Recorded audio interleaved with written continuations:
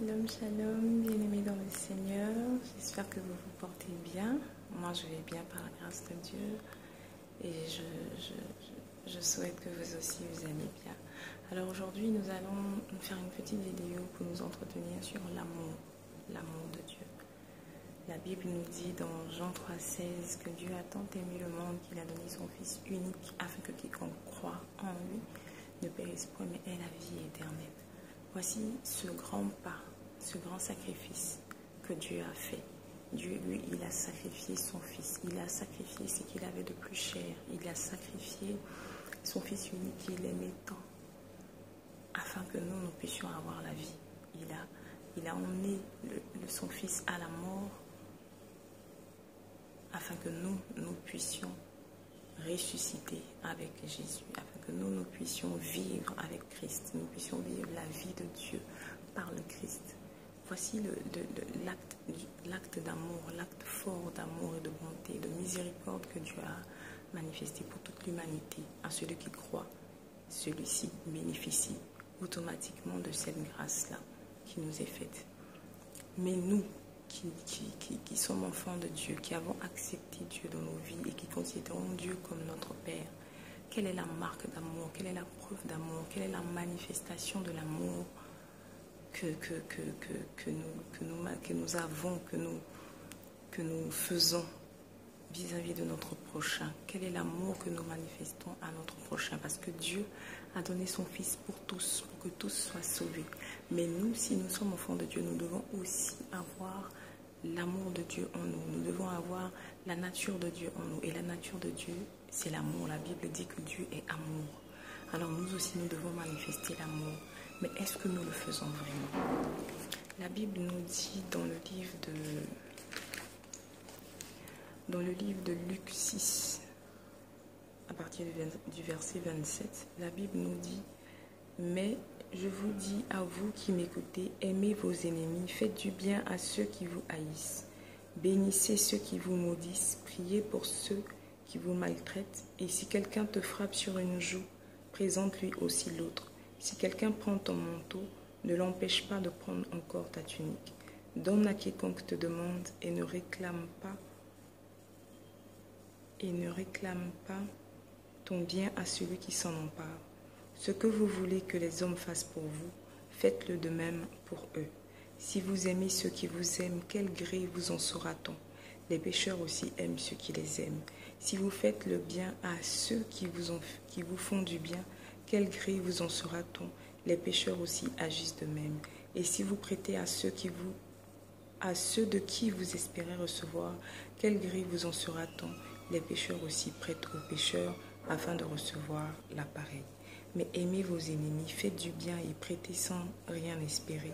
Et votre récompense sera grande, et vous serez fils du Très-Haut, car il est bon pour les ingrats et pour les méchants. Soyez donc miséricordieux, comme votre Père est miséricordieux.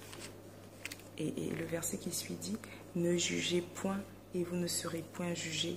Ne condamnez point, et vous ne serez point condamnés. Absolvez, et vous serez absous. Donnez, et il vous sera donné. On versera dans votre sein une bonne mesure, serrée, secouée et qui déborde, car on vous mesurera avec la mesure dont vous serez servis. Amen. Du verset 27 au verset 38, nous avons lu. Voici ce que la parole de Dieu nous enseigne. C'est-à-dire que, quelles que soient les difficultés de la vie, quelles que soient les situations auxquelles vous êtes confrontés, quel que soit le mal qu'un tir ça peut vous faire, la différence entre un enfant de Dieu et un fils d'iniquité, c'est justement la manifestation de l'amour face à la manifestation du mal.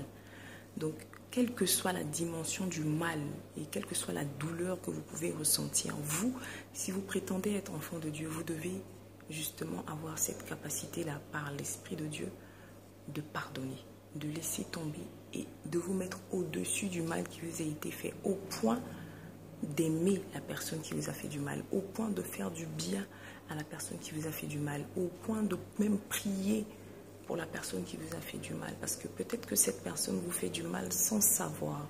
Peut-être que cette personne est consciente, peut-être qu'elle n'en est pas consciente. Peut-être que cette personne est utilisée, peut-être qu'elle... On ne sait pas pourquoi. l'homme fait le mal. Il y en a qui prennent plaisir au mal, c'est vrai. Il y en a qui font du mal sans même savoir qu'ils viennent de vous offenser. Mais si vous devez prendre tout à cœur, vous n'allez pas pouvoir manifester l'amour de Dieu. Donc vous devez vous mettre au-dessus du mal qui vous est fait. Et au travers de ce mal-là, les Anglais disent go through. Vous devez passer au travers de ce mal-là, dépasser ce mal et proposer le bien à celui qui vous a fait du mal. Il faut le faire, il faut le faire. C'est pas évident, c'est vrai, c'est facile de dire oui, je pardonne à mon ennemi, je vais faire du bien à mes ennemis, à ceux qui me font du mal et tout. Mais tant que ça reste dans la bouche, que ça se matérialise pas, vous n'êtes pas vraiment en train de manifester l'amour de Dieu. Parce que comme la Bible dit, quelle est la différence entre vous et le païen si, comme le païen, vous ne saluez pas celui qui vous fait du mal, si comme le païen, vous ne bénissez pas ceux qui vous maudissent, quelle est la différence? Quelle est la différence? La puissance qui nous est donnée, c'est la puissance de l'amour de Dieu, de pouvoir aimer dans le mal, de pouvoir aimer même dans le mal, même dans les ténèbres, même dans la manifestation la plus accrue du mal. La puissance qui nous est donnée en tant qu'enfants de Dieu, c'est d'aimer malgré le mal, c'est d'aimer malgré le mal. Alors nous devons, aujourd'hui, c'est ça que je voulais partager avec vous, nous devons tout faire. En tout cas, invoquez le Saint-Esprit. Si vous n'avez pas la force de le faire, invoquez le Saint-Esprit pour qu'il vous aide à y arriver. Il faut que vous puissiez aimer, parce que l'amour, c'est ça, notre identité en tant qu'enfant de Dieu.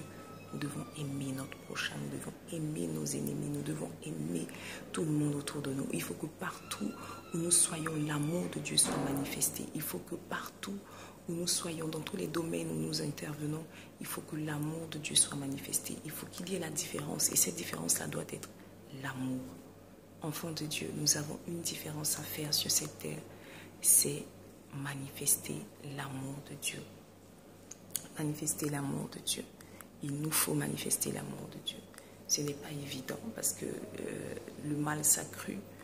Et quand on nous fait mal, ça fait mal, effectivement. Mais nous devons manifester l'amour de Dieu. C'est-à-dire que, comme on le dit souvent, malgré les ténèbres, il faille que la lumière brille. Donc malgré le mal, il faut que l'amour et le pardon règnent. Alors aujourd'hui, je vous exhorte tout un chacun à aimer, à manifester l'amour de Dieu, à se mettre au-dessus du mal, au-dessus des douleurs, à surpasser tout ça, à surpasser le mal qu'on vous fait. Il faut le surpasser, il faut y arriver. Il faut trouver, puiser en Christ la force pour pouvoir faire la volonté de Dieu. Et la volonté de Dieu, c'est que chacun aime son ennemi, c'est que chacun manifeste l'amour. C'est que chacun manifeste l'amour. Alors, je vous laisse avec cette parole. Aimez vos ennemis, aimez les personnes autour de vous, mais surtout aimez vos ennemis. C'est en cela que nous faisons la différence entre fils de Dieu et fils d'iniquité, dans la manifestation de l'amour de Dieu. Alors que Dieu vous bénisse, passez une très bonne journée et je vous aime énormément, je vous aime beaucoup, beaucoup, beaucoup, beaucoup. Que l'amour de Dieu soit manifesté dans vos vies et ceux qui ont un manque d'amour, je prie que Dieu vous comble de son amour, que Dieu remplisse vos cœurs de son amour. Ceux qui ne se sentent pas aimés, que l'amour de Dieu vous inonde et que vous ressentez chaque jour l'amour de Dieu pour vous.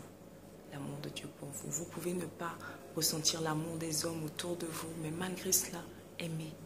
Aimez. Quelqu'un me dira, mais si je n'ai pas été aimé, comment je peux aimer? Dieu t'a aimé. Dieu t'a aimé. La preuve en est, c'est que tu es vivant. Tu as une opportunité de vie. Tu as une grâce extraordinaire de pouvoir vivre, de pouvoir respirer, d'être en bonne santé. Et même si tu n'as pas la santé que tu désires, mais tu es vivant. Tu es vivant. On dit, tant qu'il y a de la vie, il y a de l'espoir. Alors tant que tu es vivant, il faut aimer. Il faut aimer ton frère, il faut aimer ta soeur, il faut aimer tes parents, il faut aimer ta famille. Il faut aimer même les personnes qui t'offensent. Il faut les aimer et dans l'amour les conduire dans la vérité. C'est dans l'amour que ça peut se faire, mais pas avec brutalité, pas avec colère, mais avec l'amour de Dieu. Vous pourriez y arriver. Alors, soyez bénis. Que le Seigneur vous bénisse, que Dieu vous garde et manifestez l'amour de Dieu. La semaine prochaine, nous verrons Pourquoi ne pas juger? Pourquoi il est important de ne pas juger? Alors, que Dieu vous garde. Et je vous aime très fort. Que Dieu vous bénisse. Shalom, shalom.